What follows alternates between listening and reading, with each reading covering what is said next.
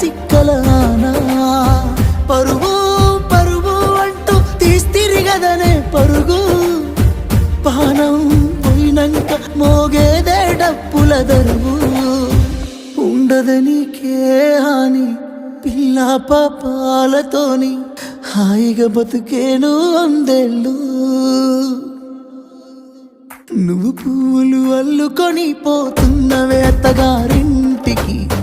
నీ పూలు జల్లుకొని పోతున్ననే కాలే కాటికి నువ్వు పూలు అల్లుకొని